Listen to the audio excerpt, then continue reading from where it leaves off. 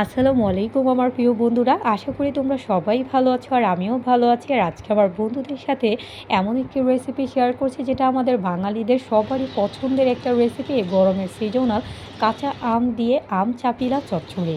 শুনেই হয়তো আমার বন্ধুদের জিভে জল চলে এসেছে। আসলে আমরা যত রেসিপি খাই না কেন, এই রেসিপিগুলো আমাদের বাঙালিদের সবারই প্রিয় একটা রেসিপি।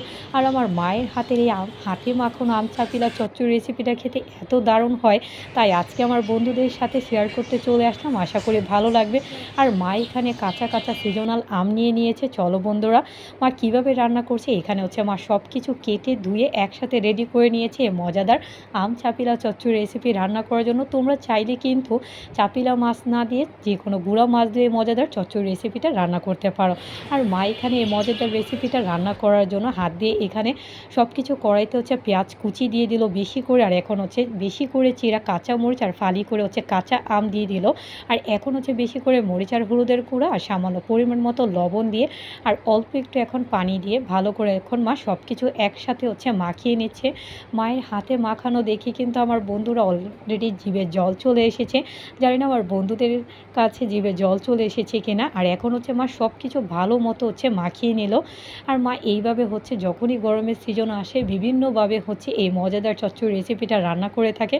আর মা এখন ছোটো ছোটো চাপিলা মাছগুলো দিয়ে দিল আর সাথে আবার অল্প একটু পানি দিয়ে ভালো করে হচ্ছে মাখিয়ে নিল। তোমরা কিন্তু দেখতেই পাচ্ছ বন্ধুরা, যদিও এখন হচ্ছে রেসিপিটা রান্না করা হয়নি, তবুও মনে হচ্ছে এখনই খেয়ে ফেলে। আর মা এখন বেশি করে হচ্ছে সয়াবিন তেল দিয়ে দিল, দিয়ে এখন হচ্ছে মা চুলায় বসিয়ে দিচ্ছে সব কিছু দিয়ে একসাথে।